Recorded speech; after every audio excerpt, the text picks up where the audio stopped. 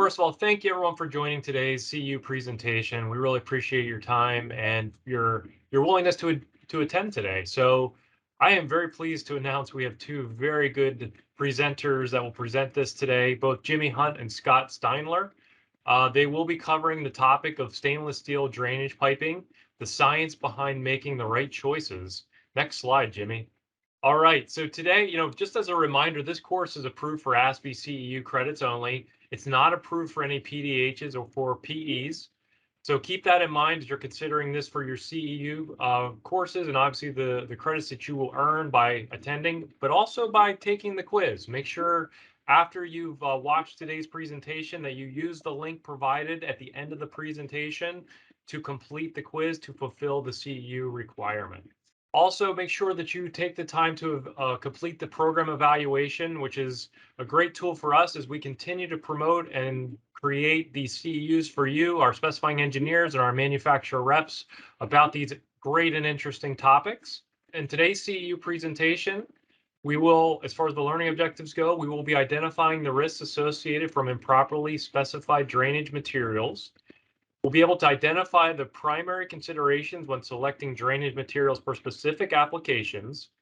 We'll analyze and evaluate the performance of various drainage materials. We'll describe the unique advantages and benefits of a stainless steel drainage system.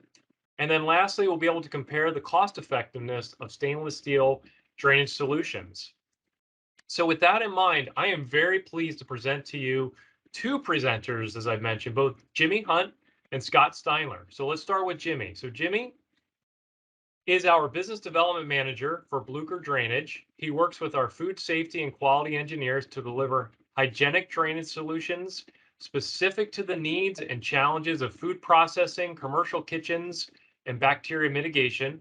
Jimmy has led teams in fire protection and bacteria risk mitigation for a combined 20 years, and he has a passion for food and life safety and has made a career of driving innovation for better solutions for this community. So that's Jimmy.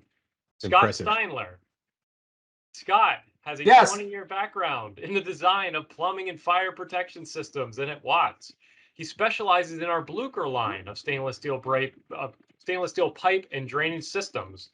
Scott is currently our Vice President and Technical of the Phoenix ASPE chapter, and he has served as the ASPE Region 4 Director, the Vice President of Membership, and the Vice President of Technical for the Society Board of ASPE, as well as various roles at multiple chapters of ASPE. So with that in mind, please pay attention to our great presenters today, and please enjoy our CEU presentation. Thank you, Ryan. Thank you, Scott, Ryan. take it away. Oh, I was going to let you do this one. Okay, I'll do this one. Oh, okay. Well, good morning, everybody. As Ryan introduced me, my name is Scott Steinler, and I'm really pleased to be with you here today to present on the science behind making the right choice of drainage materials. In this case, we're talking about stainless steel. And the pop-ups are going to drive me nuts. Yes, they are. One moment, please. How do I get rid of that? Okay. Thanks for joining, everybody. We're happy you're here. Just that every time someone joins, we get a little beanie ding in our ears. Well, it's actually showing up in my screen as well, but that's no big deal. Yeah. So we'll get started with the code standards and guidelines kind of pertaining to the design of ultra hygienic systems. So that's kind of the focus today, and I've really got to avoid getting into the weeds on this and really stay with the science behind why we do what we do and why we're kind of presenting what we're presenting. So stainless steel is not your average everyday material for every commercial project. It really has a niche market. And part of that market is in the ultra hygienic space. So that could be food and beverage, it could be pharmaceutical, it could be medical. It could be in any of those particular areas where you're looking for a high level of sanitation and the ability to prevent pathogen propagation in your piping system.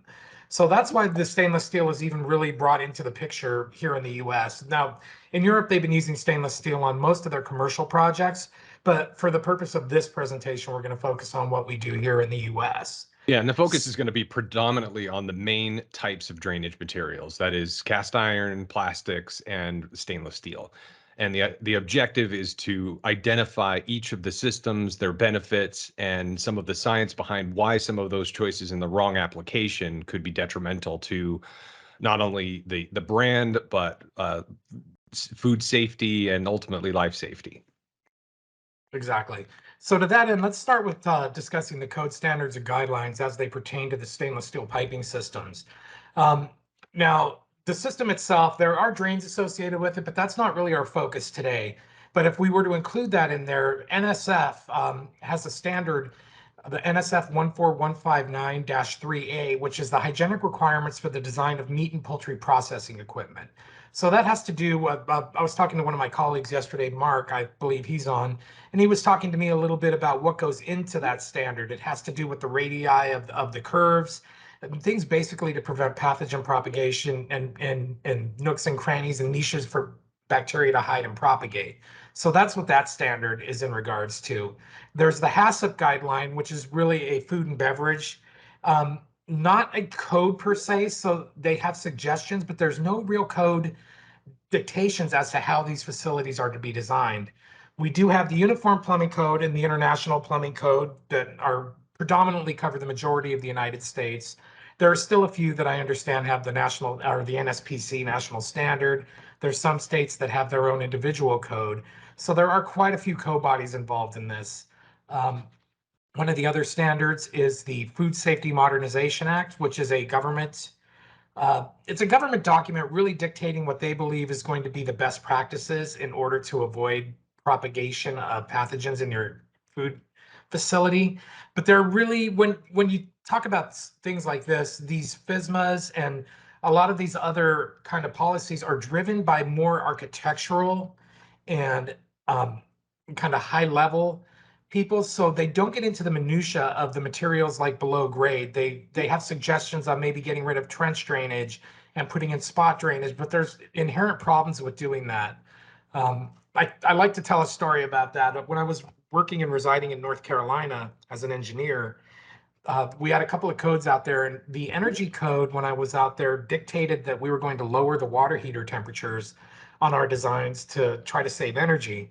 Well, when you get below that certain threshold, you know, that 120 spot, what happens is you start breeding Legionella in your tanks. Well, at the same time, the code for the conservation code out there dictated that they wanted a reduction in water consumption. So as they did that, they kind of created the perfect storm because a lot of the shower heads for these low flow showers utilized a spinning disk technology to kind of disperse the water into smaller droplets so you wouldn't freeze in the shower. So the problem there was we were breeding Legionella in the tanks and then spreading it through a fine mist that the shower heads were producing. You know, again, like things like FSMA, things like the energy code, I think they're great starting points, but as you'll learn later on in the presentation, there seems to be a huge disconnect between what we do as engineers and a lot of the policies that are driving what we're doing. So we'll talk about that a little bit more. Then, of course, you have your ASME codes, which are pretty much pertaining to the manufacture of the pipe and fittings, and the ISO 9001, which is assuring continuity in your manufacturing process. Go ahead and bounce us up to the next one, Jimmy. Want to talk about this one? It's pretty easy. Yeah, so every year, the FDA, USDA, there are recalls, and this is a list of recalls by agency every year. You can see through 2021. Scott, I wonder if you can speak to the number in 18, 19, and 20, and then 17 and 21 having a significant less recall. Yeah, why don't you bounce to the next slide, because that it's pretty clear on the next one what happened. So if you were to look at the data going back as far as like 2014 or 2015, and I have a great slide on that we eliminated from this presentation because of the new material, but there was a tremendous amount of food recall and the numbers were very high up through like 2019. Well, what happened in 2020, as everybody knows, there was this little pandemic that kind of struck. So there was a lack of inspection going on out in the industry. Sure. So that's what they were attributing it to. And then in addition to that, they really have instituted more of a self-reporting policy. So if you pick up a pathogen in your food facility, it's incumbent upon you to kind of self-report, and not everybody's going to want to do that. Sure. And there's a reason for that. So let's go to 21. It's kind of telling the same story. When you look at the category, I've got this thing right in the middle of my screen. It's so annoying. Ryan, you go ahead and admit those folks. You can see that the undeclared allergens are still 44%. And then when you total up the Listeria, Salmonella, microbial growth, E. coli, that equals about an equal portion of the undeclared allergens, which is consistent with the food recall data going back all the way to 2015 that we have. When you're talking about an undeclared allergen, that could be something as simple as like milk or a peanut or an oil. Yeah. So it's, that could be really anything. So the really problematic thing that we can avoid in our designs is microbiological contamination. Go ahead and advance on that if you don't mind. So the technology has really changed. It's fascinating when you go to these big producers of meat, and Cargill gave a presentation recently at one of the trade shows I went to, and they talked about tracking things from foreign material and getting into the meat products to foodborne pathogens. And one of the things that I've learned about was this whole genome sequencing.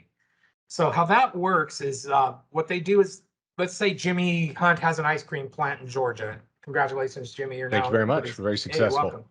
welcome. Excellent. Try our new Jimmy, rocky road. I did, and I got food poisoning. So Okay. thanks a lot for Oops. that.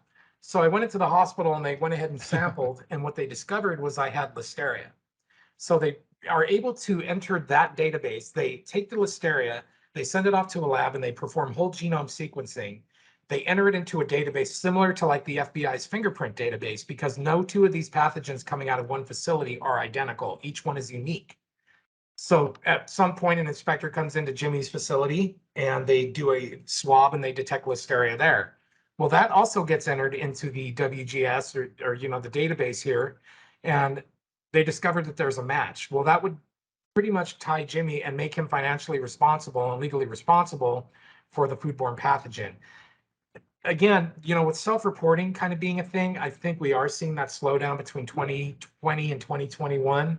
But now that we seem to be getting back to business, I think we're gonna really get more accurate numbers on that. Sorry about that, everybody. Oh yeah. All right. I have the wrong So drainage material in my facility. it happens a lot. So let's talk about pathogens and wastewater. So anything that comes into the human body goes out of the human body. At the beginning of COVID, I was reading an article here online in Arizona, and the ASU was doing a fascinating study of the transmission and the detection of COVID-19 in the community wastewater system. Now, this is all going to tie together, and you're going to learn why this is really kind of a cool thing. That we had a speaker come out and do one of our ASPE presentations, and it was fantastic. So if anybody's interested, I can absolutely introduce you to that gentleman as well. But he came out and he was talking about community wastewater sampling. So they divided the area of Tempe up into several areas, and they would go out and sample at manholes. And what they discovered is they were picking up increased levels of COVID-19 through a process. Go ahead and advance, and we'll talk about how that science works. So we talked about the shedding process, where anything in your body comes out of your body, ends up in the community wastewater system. Well, then they go out and they sample at certain locations throughout the city, test the sample in the lab, and then they were detecting COVID-19. So the bottom line here is that things that get into our body, opportunistic pathogens, or even naturally occurring, like things like Listeria or Legionella, they're all around us. It's a matter of providing a hospitable environment for them, and that's what these wastewater systems were doing. The topic is so interesting. When he was testing that, they were also able to detect the stress level of individual cities by detecting human stress hormones in the community wastewater system. In the Northeast during the opioid crisis, they were able to sample the wastewater, detect increased levels of opioids in the wastewater system, and respond by putting more Narcan on the ambulances and the EMT equipment in those specific areas. So they were able to get ahead of the curve with the overdoses and respond accordingly. So it's a fascinating science, but for the purposes of what we're doing, we're talking about the pathogens in the drainage systems, which brings us to our next slide. You can see that there's quite a few bugs that do get into the wastewater systems. And if you look to the right, Jimmy, what are the commonalities there? What do you see? Mostly drains, Scott. Drains, Drains and piping drain systems. piping. Yep. Drains and drain piping, exactly. And how does that occur? So we'll go ahead to the next slide. It happens through biofilms. So when we're talking about giving a pathogen means to propagate, there's a couple of things that are important. One of them is providing water, the other one is providing food, and wastewater systems do both, and they do it very, very well. So biofilms, while they're in and of themselves are not really problematic in all cases, what they do is they do provide a hospitable environment and kind of a shelter for opportunistic pathogens to grow and propagate and spread throughout your facility. These biofilms have been shown to grow up to 50 millimeters per day in piping systems. So it can be very problematic because it will spread throughout your system. So you Yeah. can see the, Go go ahead, Jay. I was going to say it's important to know that there are biofilms everywhere. There's biofilms on your teeth, on your keyboard, and of course in your drainage system. It's all virtually impossible to get rid of completely, right? Absolutely. So the idea is to provide the least hospitable environment possible for that. So go ahead and advance to the next one and we'll talk about that. Yeah, the other thing that I thought was really interesting is we're talking about traditional drain piping systems, is biofilms grow the most when you have a porous environment, right? And what was counterintuitive to us when we first started looking at the science behind this is that PVC and CPVC, which are very slick materials and really common in drain waste, are also the most porous environments, therefore the most likely to harbor bacteria in that biofilm. That is true. That was the thing. I was looking at the coefficient of friction and saying, okay, we've got a very smooth surface inside the PVC. So it would seem intuitive to me that it would be very good at preventing any type of obstruction or pathogen propagation, but that is exactly not the case. So what we have here is a chart that kind of rates more of the common systems. And I have to give this caveat every single time. Somewhere on this chart is where PE or polyethylene, polypropylene, PVDF, they would live somewhere on this chart.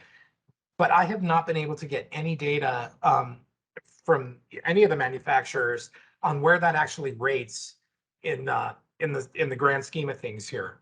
So when you're looking at this chart, it's not only a factor of the coefficient of friction, but certain metals and certain materials are inherently either more hospitable or more resistant to the growth of biological life. So one of the things in like water systems, I think they were doing it to prevent Legionella, was this copper silver ionization, or even for preventing growth of algae in cooling towers. They were doing these copper silver ionization systems because those metallics are resistant to biological growth. So this chart, takes into account porosity, metallurgy. There's a lot that goes into this, and it's a third-party study. This is not something that originated within the company. So any of Yeah, this data can be found on the internet. I can right. provide studies on that for Yeah, anybody who's and interested. more often than not, the drain waste piping system is going to be out of sight. And out of sight, out of mind, but that doesn't mean that bacteria is not growing and can become risk for bacteria, foodborne illness, and that sort of thing. As the drainage gets cleaned, that bacteria becomes aerosol with a high pressure spray and gets onto the surfaces, the food, the walls, the air conditioning, etc. Absolutely. So, yeah, the next slide talks about that a bit. Oh, So oh no. Hold on. what'd you do? I have no idea. Let's go back to technology, This is everybody. so coming out of your check, Mr. I Hunt. know. Yeah. It's been a while. I'm out of practice. Oh, did we talk about this one yet? I don't think we did. Can you see the presentation? Not the way I believe you want it to be shown. No. Yeah. Sorry about this, guys. Hold on just a second. All right. Or are there any questions while we're waiting for Jimmy to figure that out? I got the chat window open, so if anybody has a question over what we've covered while we wait for Jimmy to get it together, I have no Yeah. problem taking those. Dang, I don't understand that. Kelvin, nothing to Sorry. say? Just going to critique the beard? No questions?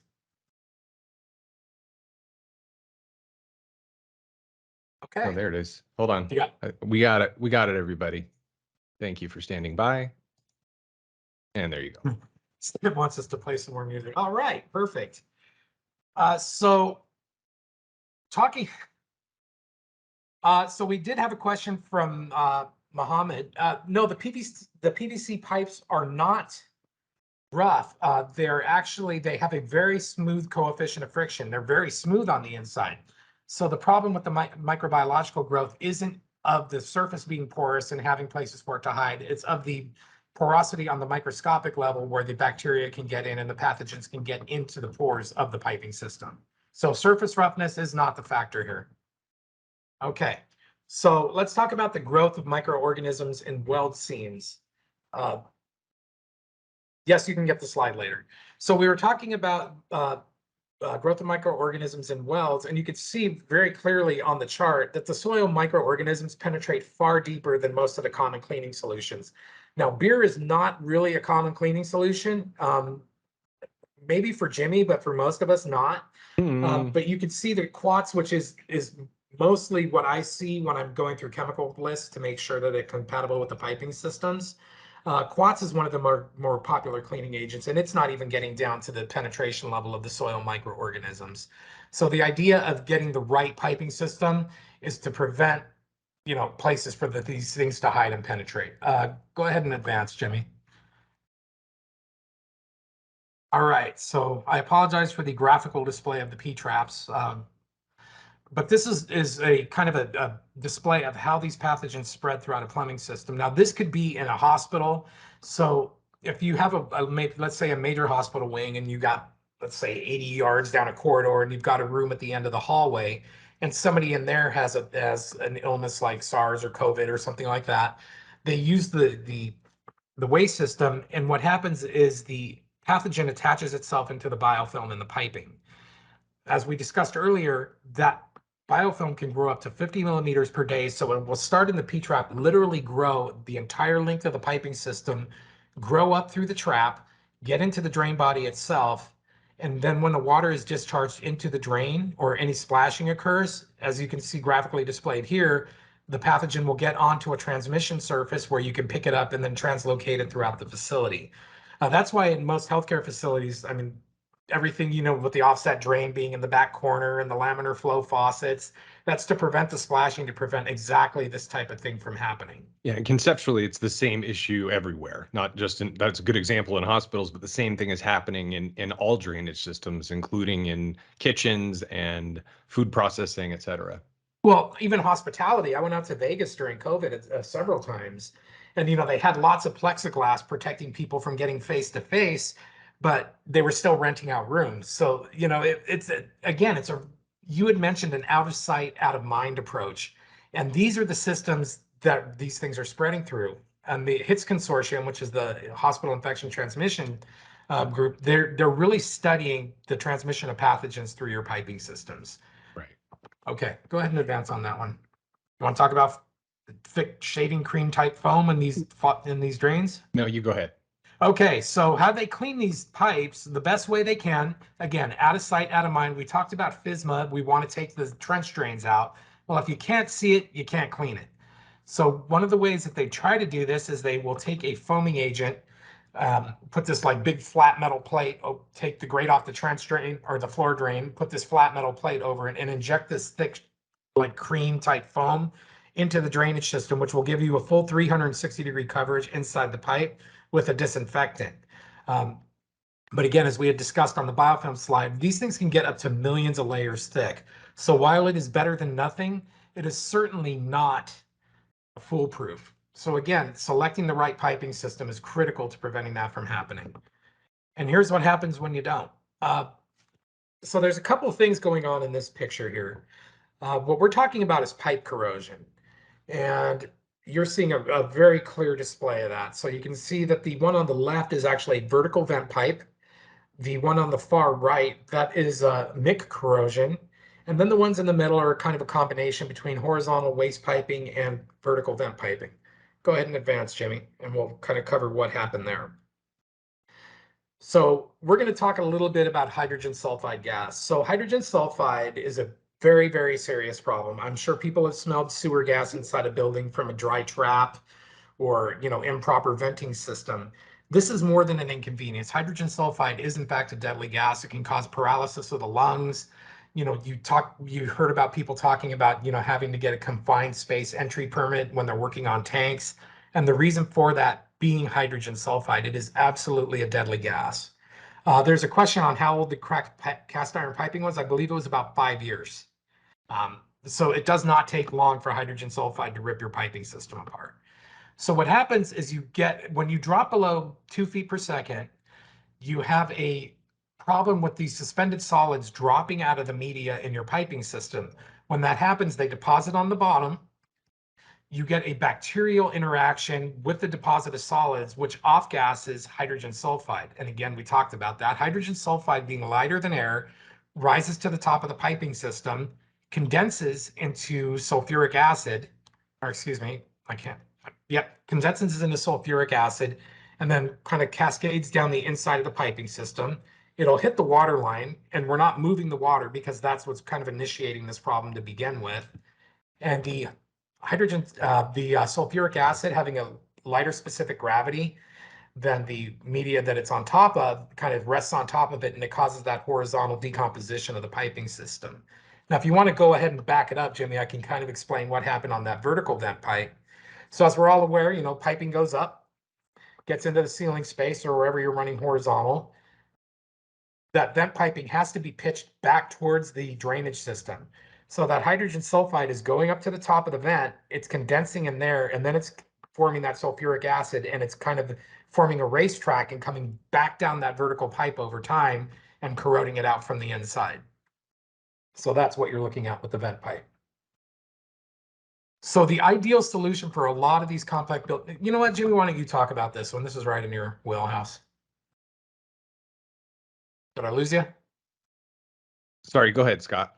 No, I was asking if you wouldn't mind covering this slide because this is right in your wheelhouse. Yeah, so you're looking for materials that are durable, hygienic, easy to install, sustainable, and a long life expectancy. Scott was mentioning some of that failed cast iron pipe that was 5 years old.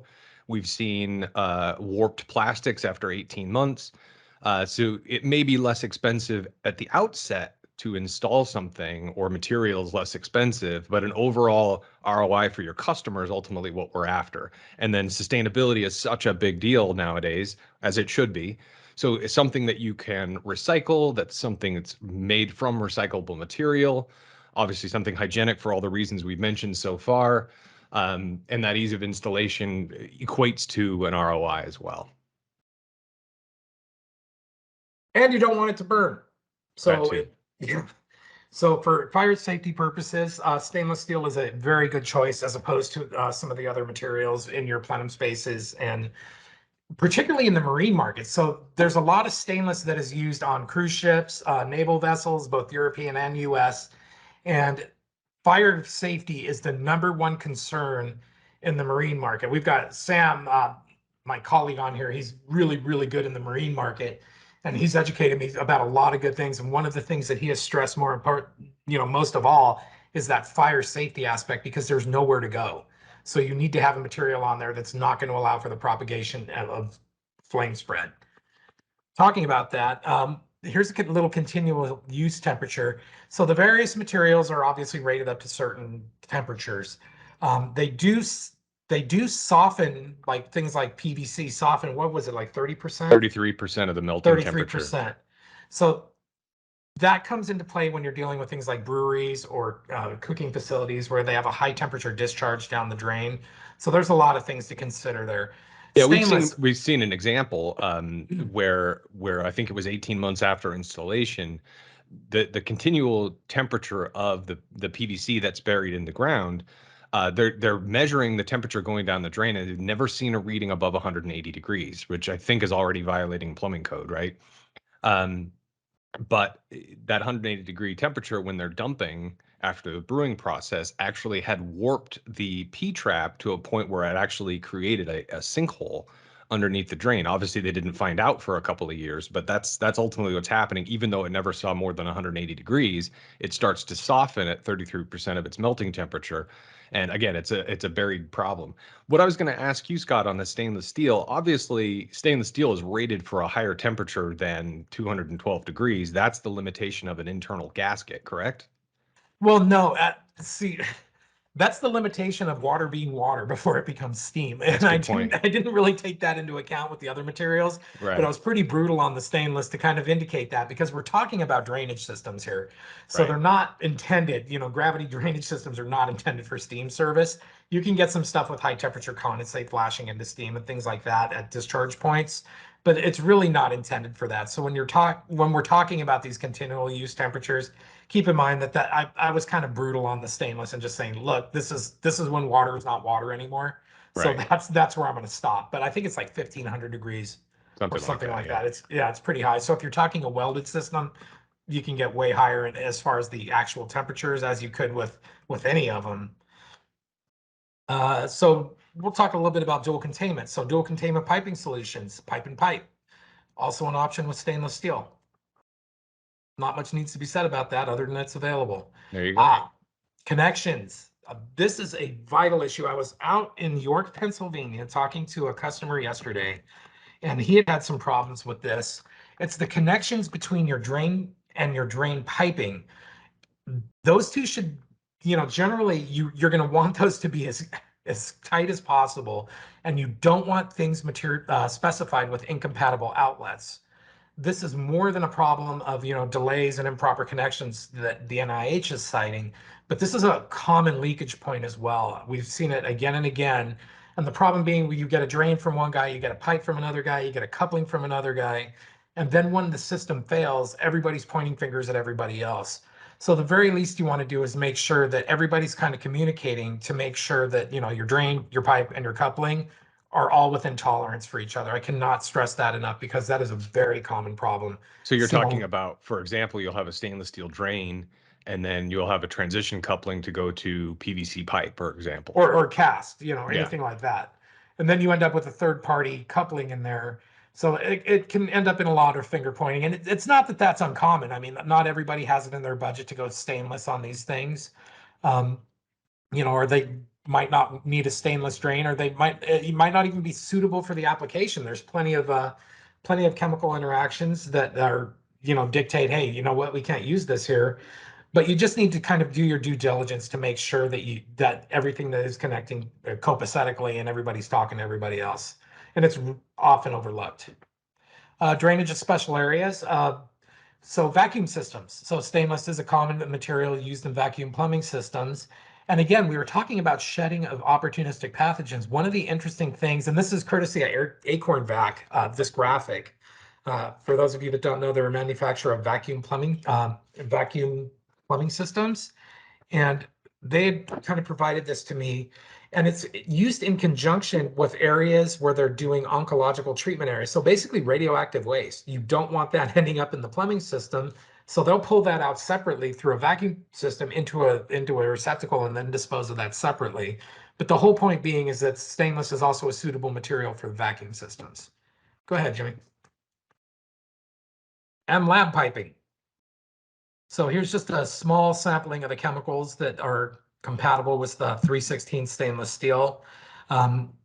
Obviously, there's two grades, 304, 316, 304 limited to above ground installations, 316 for below. Kind of the code drives that, chapter 7 of both the UPC and the IPC.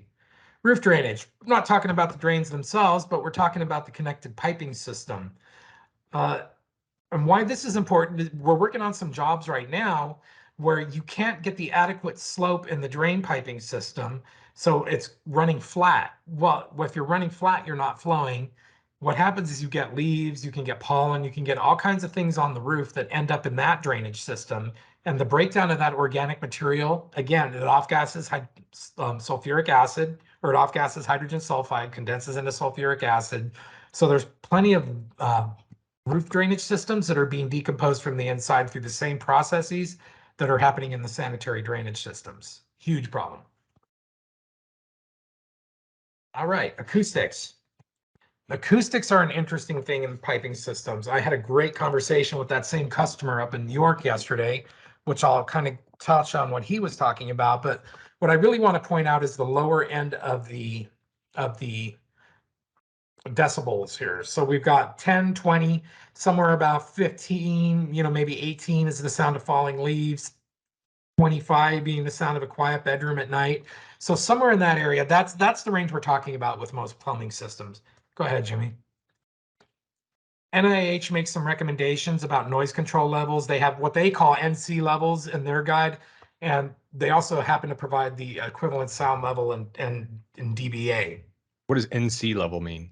Noise control level. Ah, That's that's the NIH term that they use to kind of do for their guidelines. And this is what they're recommending in hospitals, which are, we were laughing about that yesterday. When you get into the food and beverage space, if you've ever been to a factory, the last thing they seem to care about is acoustics. I think they buy the loudest equipment possible and then amplify it somehow. that's why But in earplugs are mandatory. yeah, it's loud. But in these particular areas of hospitals, you can see that the low end of the range here is about 20 NC, which is somewhere in the area of about 30 to 35, which isn't, it's relatively quiet. Just for Go ahead and comparison we'll back talk. here. Yeah, so again, quiet bedroom at night, somewhere around there. That's really the noise control level they want. So there's a couple of factors that go into that. You can see that the various piping systems, when you're using a restraint, an acoustical restraint that doesn't have insulation on it, you can see at about 4 liters per second. The cast iron's at about 50 dBA at 4 liters per second. Stainless is about 31 to 32. You've got PVC at about 55. So again, we're not talking about a whole lot of difference here. So apparently, when I was talking about this yesterday, the man I was talking to was an acoustical engineer, and he really helped to elaborate on a lot of this stuff for me. There's a couple of factors that go in. One is resonance. So when we're talking about the chart on the lower half of this page, you can see that everything is about 19 to 22 dBA because that acoustical isolator prevents the transmission of the sound through resonance. So resonance being, let's say you're attached to a structure, you're not maybe hearing the sound per se as much as you're feeling the vibration, and that is resonating through the structure, and that's what you're picking up on. But not all sounds are created equal either. So there was a study out of the UK, which is very interesting, and it's been, of course, been kind of confirmed all over in other studies. It has to do with the noise recognizability of what's going on. There's certain plumbing noises that are very offensive. So you could be sitting in front of a fan that's running at about 30 dBA and you're fine. It's kind of a white noise.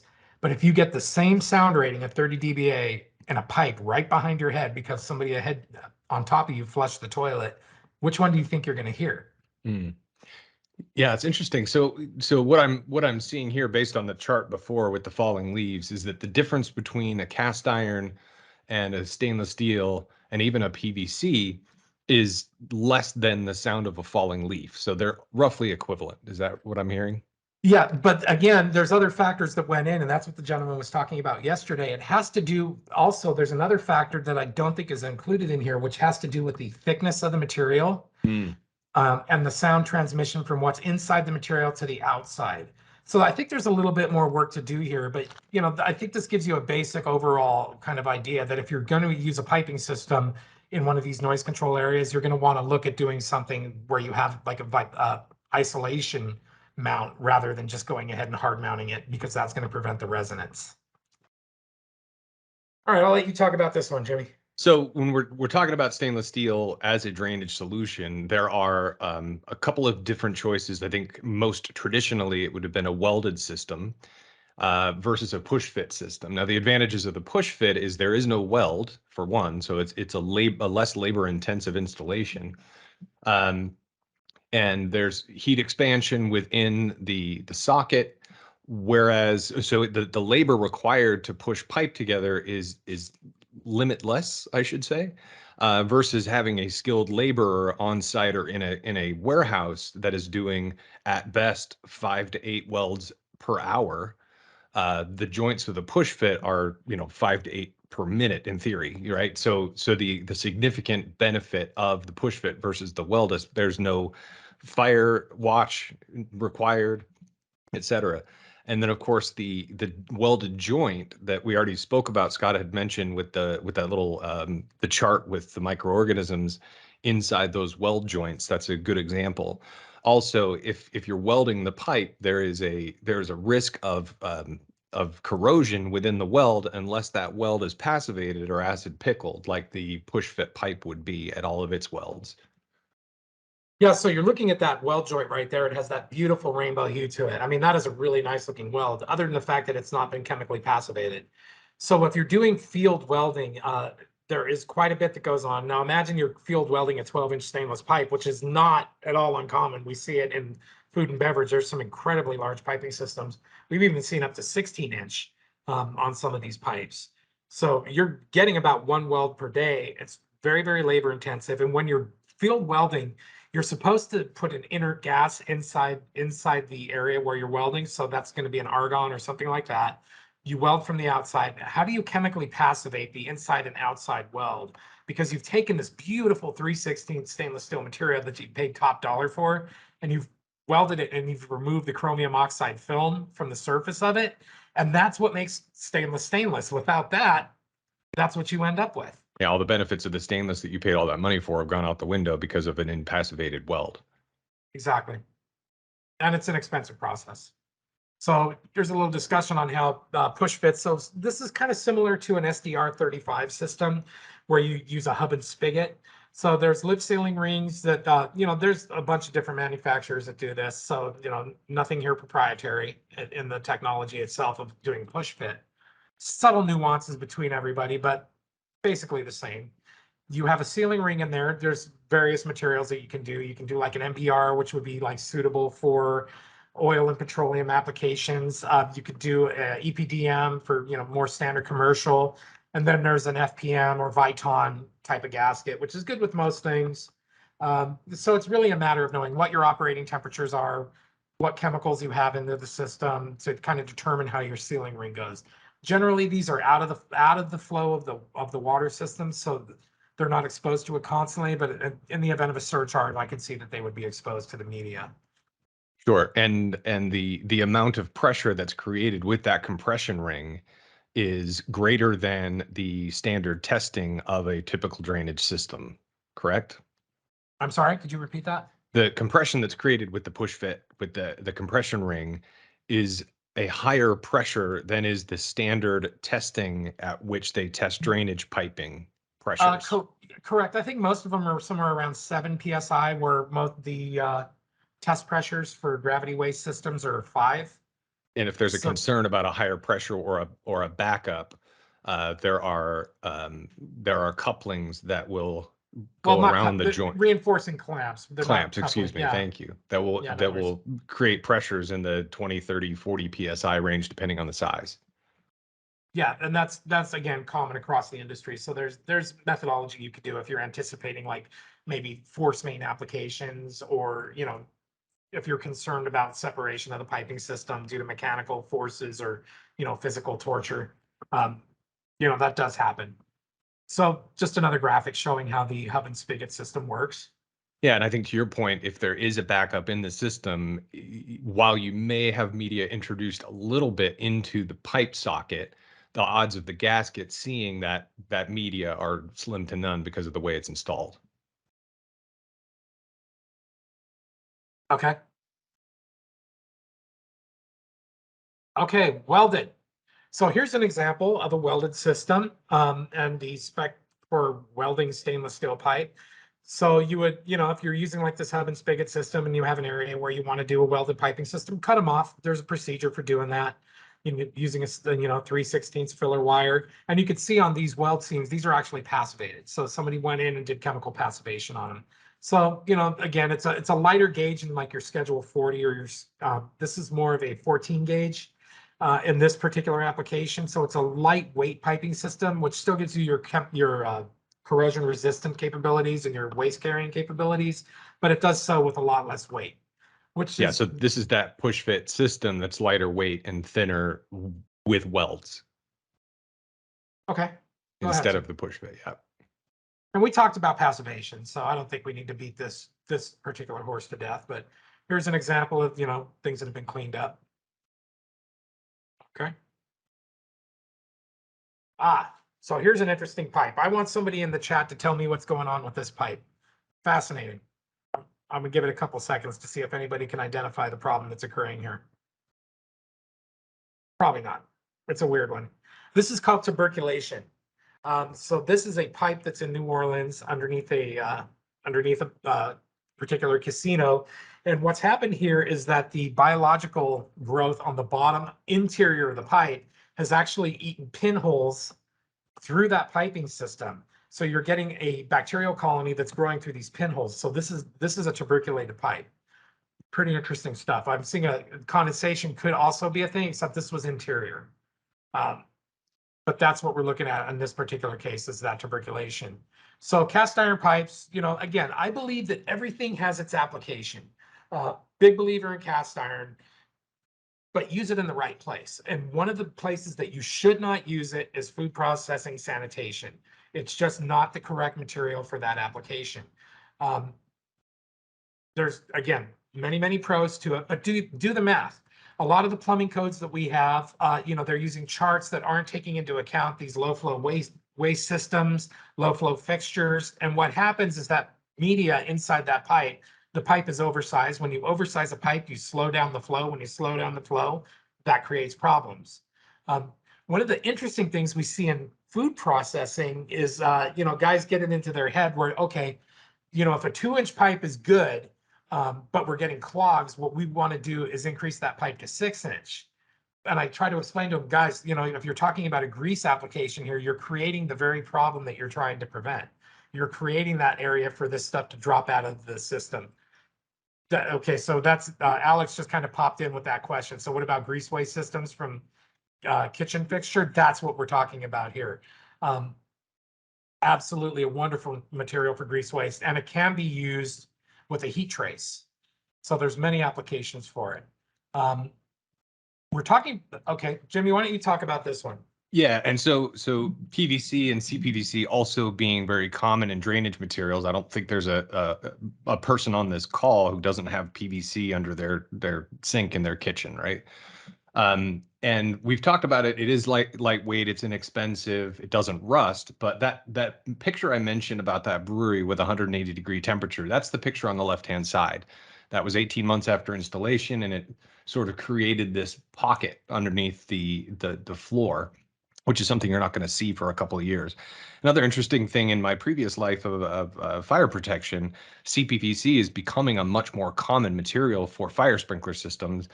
And what they're finding worldwide is that if greases or oils or fats are introduced to that CPVC, then they're created failures, cracks, and that sort of thing in the piping.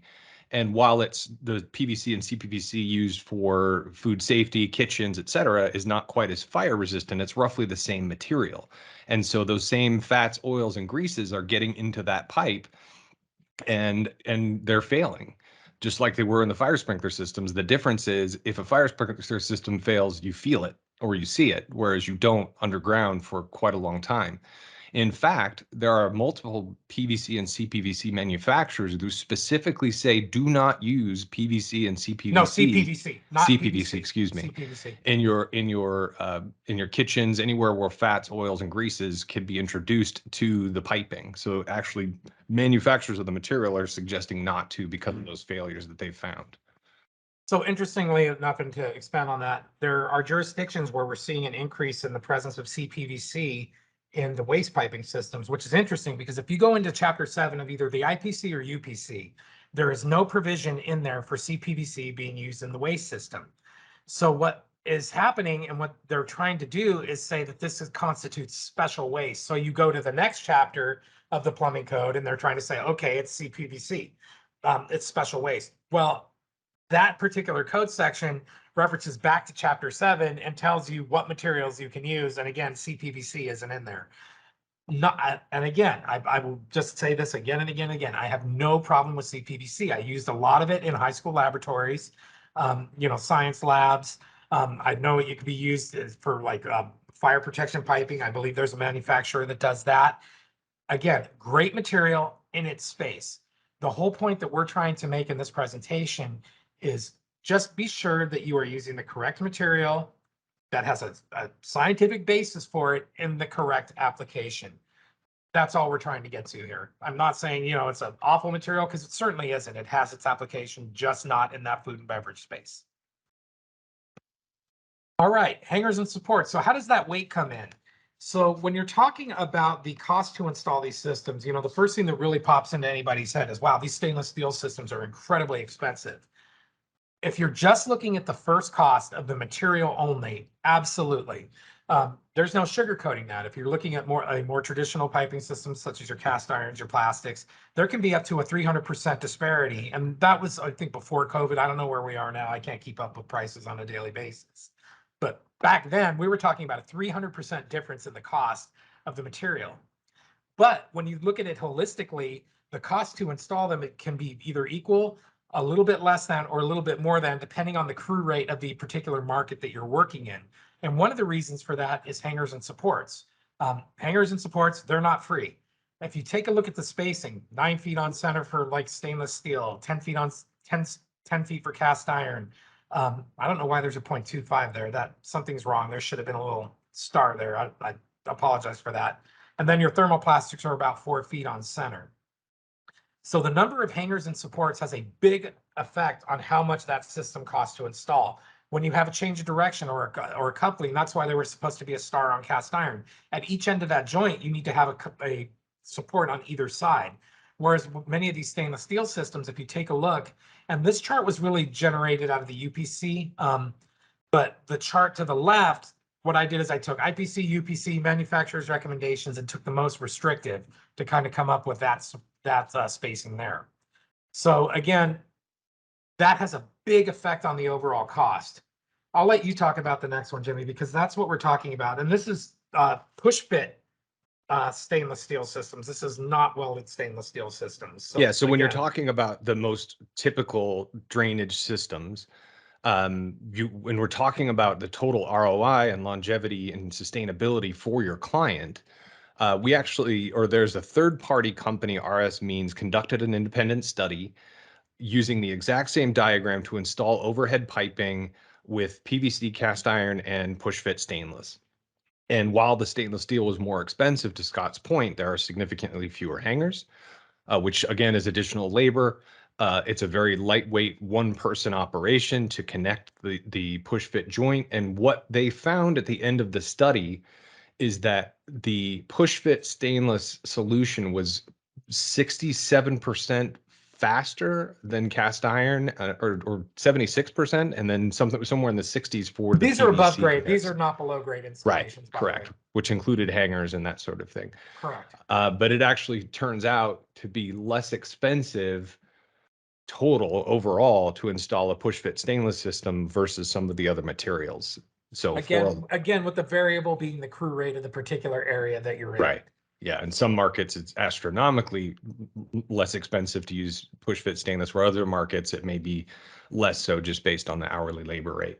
Because I think like the disparity between like the crew rates in Chicago, Denver, San Francisco, LA, and like Mississippi, Louisiana, there's a huge fluctuation there in those crew rates. So again, it's really knowing where you're at, and that's going to give you the estimate.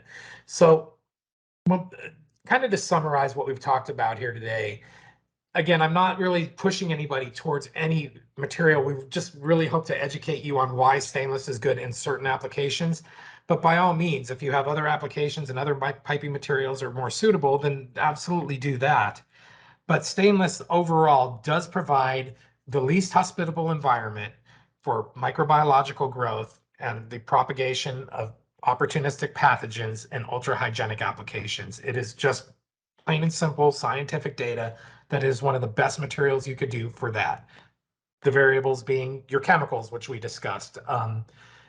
There's a lot of different things that go into the consideration of that. And I hope by the end of this, we've given you enough information to kind of be able to weigh out your options and make an educated decision based upon what you know now. And I thank you for your time. Thank you, Scott. Well done. Thank you. Back to you, Ryan. All right. Well, thank you, everyone. Both Scott and Jimmy have done an excellent job today. There's a lot of questions in this chat. I think most of these we attempted to answer during the presentation, but let me go to the top here, guys, and see if there's anything that we didn't get to address. So around 1128, and I apologize for the name here if I say it incorrectly, Osmani Portal writes, where did you find information like that? I wasn't able to make a note quick enough to see what exactly we were talking about. But Asmani, if you want to write maybe a follow-up, we're happy to try and answer that as we get through some of these questions. Okay. Assuming Donald it's one of Taylor. these. Donald Taylor writes, have you done testing on epoxy coated cast iron piping? And I think we answered that one. No. And I'm not really sure what kind of testing you're referring to here. Um, Interestingly enough, one of the things that we didn't talk about is the rate of thermal expansion and contraction between dissimilar materials. So while I do believe that the epoxy coated cast irons are certainly better than the plain cast iron systems in terms of handling things like grease, I think they have not been on the market long enough or have enough proven track to kind of convinced me that there isn't going to be a problem with the separation of the coating and the underlying material. There's a lot of epoxy coated cast iron out there and different, things where you put like those fittings, those similar materials together. You hit them with a high enough temperature and you go from hot to cold, from hot to cold. Well, these things do expand and contract at different rates because that's just what they do. Now, over time, we've seen problems with separation of epoxy cast iron trenches. So I would imagine that over time, it would probably give you kind of the same problem in the piping system.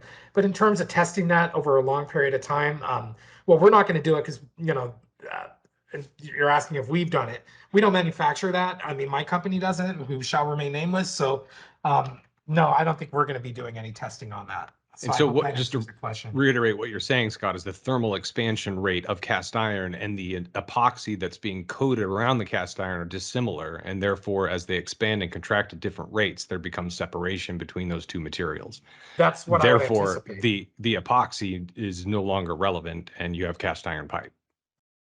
Correct. There was another question, how many years life expectancy for stainless steel pipe?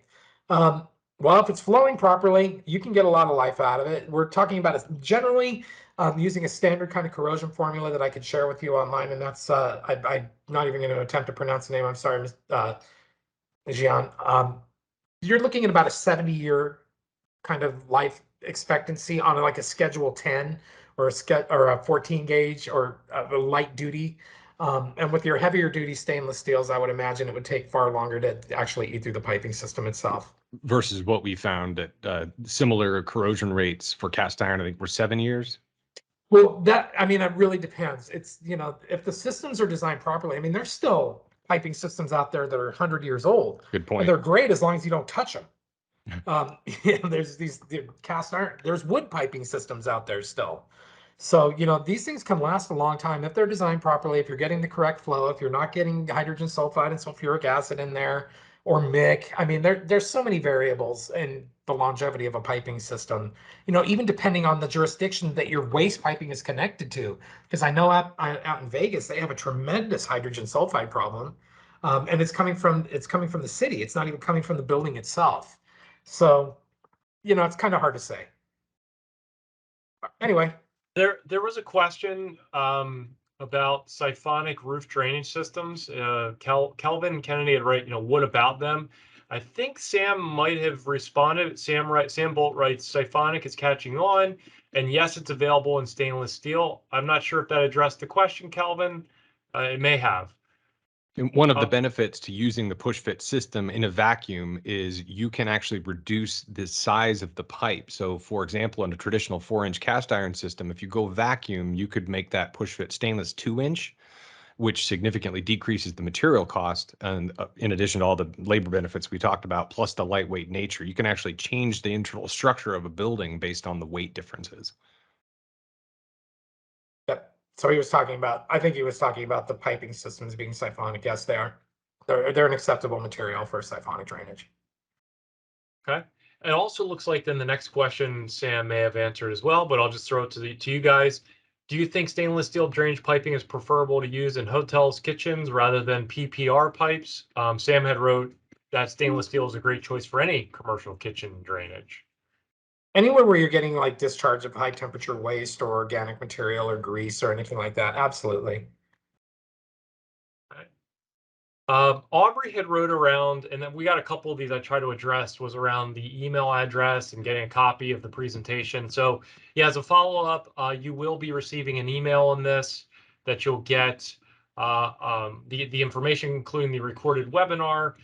There is a quiz link that I also put in the chat that allows you to both do the evaluation of this CEU and also complete the quiz so you can earn, again, that CEU credit. And you do need to have an account. It's a free account. It takes a minute or less to set up. So again, if you have any issues there, feel free to reach out to us. But we have it on the screen now as well. Okay, so then there was a question around for hotel guest rooms where risers are between each two rooms using stainless steel drainage can cause noise with a question mark. Again, is better compared to mineral filled polypropylene pipes in terms of noise performance. Sorry, I'm not really. Well, any piping system can cause noise in a hotel room, in a common wall. Again, I think we kind of covered that with the method of isolation. Here, you can see that if you're using these vibration isolators, it's going to mitigate your sound transmission. And again, the variable being the thickness of the material. Are you insulating the material? A lot of variables there. Okay. Question, what stops the pipe penetration into the fitting? I guess this is related to the push fits. Yeah, they've got to stop it. It's got to stop right there. See kind of the about when you're looking at the hub end, kind of flares in. That's just the integral stopper for these push fit systems. What about grease? Oh, go ahead. Go ahead. I was going to say, just to elaborate. So the bevel in the hub will prevent the spigot end from going past, and then the gasket will prevent it from coming apart. All right. And then what about grease waste systems from kitchen fixtures to grease interceptor? It's written here, very often a cast iron piping is installed. I think we covered that. I would hope that that was covered. But I think, Scott, you mentioned that it has a good application for grease waste using cast iron. Absolutely. Absolutely. And then you heat trace it if you've got a long run and it becomes even better. So that grease, if it solidifies, then they're not going to stay in the system. Well, it's not going to, it shouldn't solidify. If you have enough velocity and you have enough temperature, then you should not have that problem. I mean, it's always going to be a problem. I mean, it's just the nature of grease in your pipe.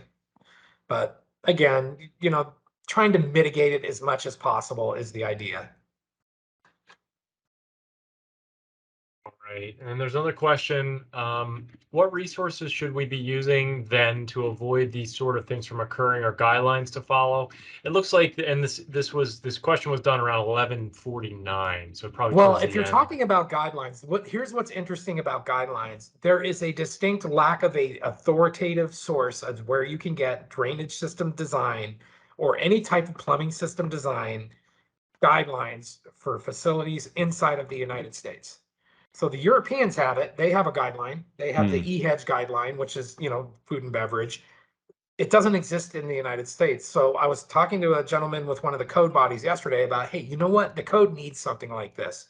Because I sat in the design chair for 20 years doing different facilities, and I didn't know half of this stuff. I didn't learn about the propagation of pathogens and things like that until I got into this end of the business. So there's a lot of information that's not being shared. There's a lot of very, very serious health hazards that aren't being addressed in the code. So when I was talking to this gentleman yesterday, he was very excited about it, but the code process can be quite labor intensive.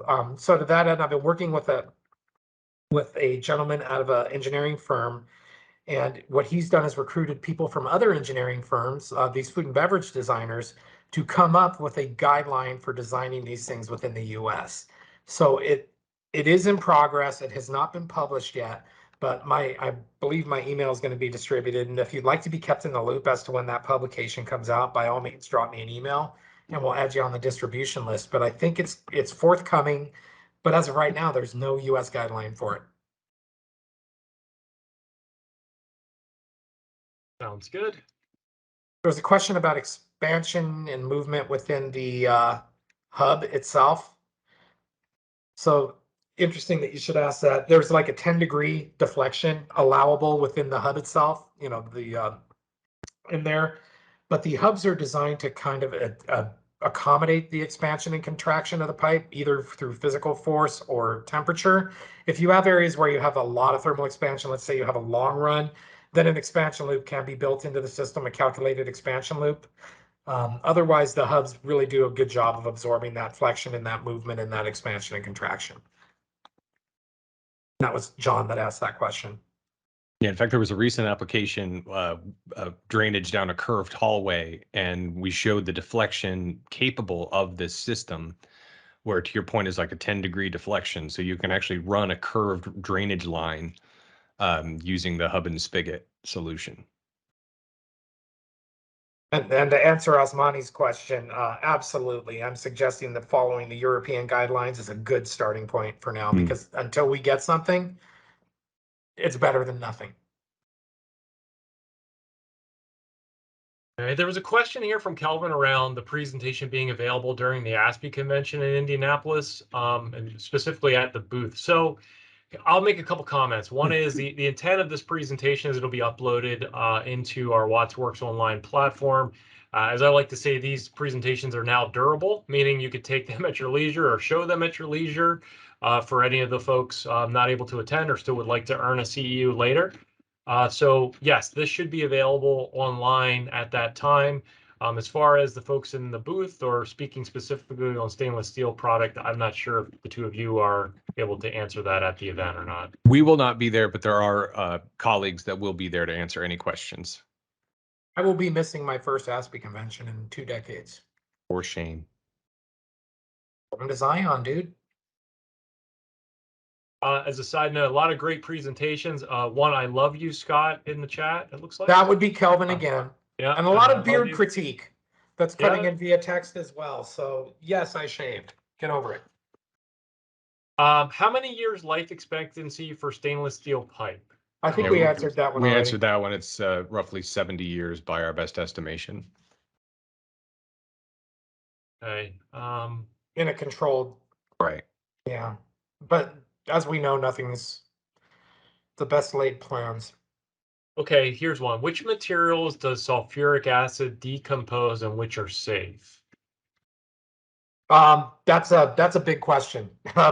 So I know it does cast. It was killing Duriron too, but Duriron, even though it was glass lined, it was subject to microfractures. So the sulfuric acid would get in between the microfractures and eat the underlying material.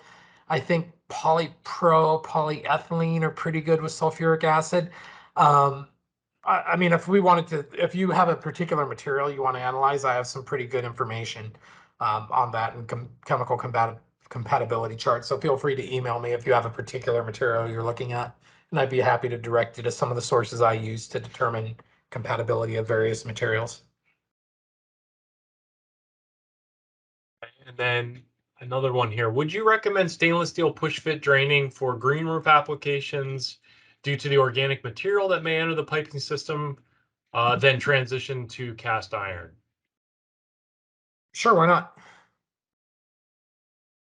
If you're talking about the horizontals where you can, get that accumulation and that buildup, I mean, that would make reasonable sense to me. And then when you go vertical, you're less likely to get the accumulation. But once you go vertical, you have to go horizontal again. So the same, if you're worried about organic buildup and the decomposition and the production of H2S and sulfuric acid, yeah, I mean, it's an acceptable material and it would probably be a good choice, but only you know your system and how it's designed. And over time, things are subject to decay. So I would say yes, it's suitable. In a hybrid system, do them all the time in different applications. A lot of breweries use hybrids where we're using high temperature leaders in stainless and then transitioning to a cast iron at a dilution point. So I don't have any objection to hybrid systems as long as they're done properly. All right, and then how about single stack system in stainless steel drainage? I don't know if there's a manufacturer of the particular fittings that are necessary for single stack systems. I have not seen it.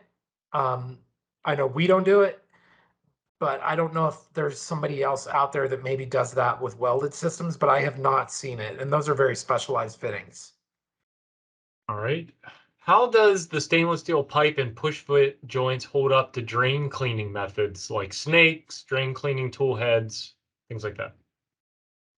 Well, they under normal circumstances they do great, but what we see is in some of these applications, people are taking the floor drains and putting the snakes down there rather than using cleanouts. So any system would be subject to separation due to the misuse of what they're doing. But you can accommodate that through the use of maybe longer sweep P traps to try to reduce that. There's Sammy on the call here. He did an experiment for us out in North Carolina where he took like a mop handle and jammed it down a P trap of a drain and rebar. And I mean, he just beat the heck out of it to try to see how everything's held up. And it did pretty well, but I can't guarantee that for everybody's system. You know, again, there's so many variables with mechanical damage and what could happen. And also, inevitably, that pipe is going to be buried and compressed within dirt or whatever. And then, if there is a concern, a joint clamp would probably resolve the issue. Like Sam pointed out in his experiment, once he put a joint clamp on, there was no separation. And that was pipe that was just hanging from a platform, not even buried. There was a question I also saw about how does spore cleanse hold up to, or how did the various materials do with spore cleanse? Now, looking at spore cleanse, again, I'd have to look at the SDS sheet on it. I have seen this before, and I think one of the things that has been done with the push fit systems in spore cleanse is to use the FPM gasket. Again, looking at the concentration of a lot of the chemicals is essential too, and having things subject to regular kind of wash down will increase the longevity of whatever piping system you're using. So I've never had a problem with spore cleanse. Another quick question. Why would you be passivating waste piping? Because if you don't, you have a corrosion point, because through the welding of the piping system, so if you're talking about a welded system, welding inherently removes the chromium oxide from the piping system or from that joint that's been welded on. And as I talked about earlier, the only thing that makes stainless steel stainless is the presence of that chromium oxide. That's what's preventing the corrosion. So you passivate in order to clean that joint and help to reinitiate the formation of chromium oxide. And you can't do it when there's a lot of deposits and things sitting up on top of that weld seam. So that's the purpose of the passivation, because otherwise your pipe isn't stainless. Okay. I think we have answered all the questions in the chat. So appreciate everyone's time. Scott and Jimmy, excellent job. Thank you again for the presentation. Thanks everyone for attending today. And as a reminder, please make sure to fill out the quiz and the evaluation to earn that CEU. If you have any other questions at all, please let us know. And again, have a great rest of the day and a great weekend.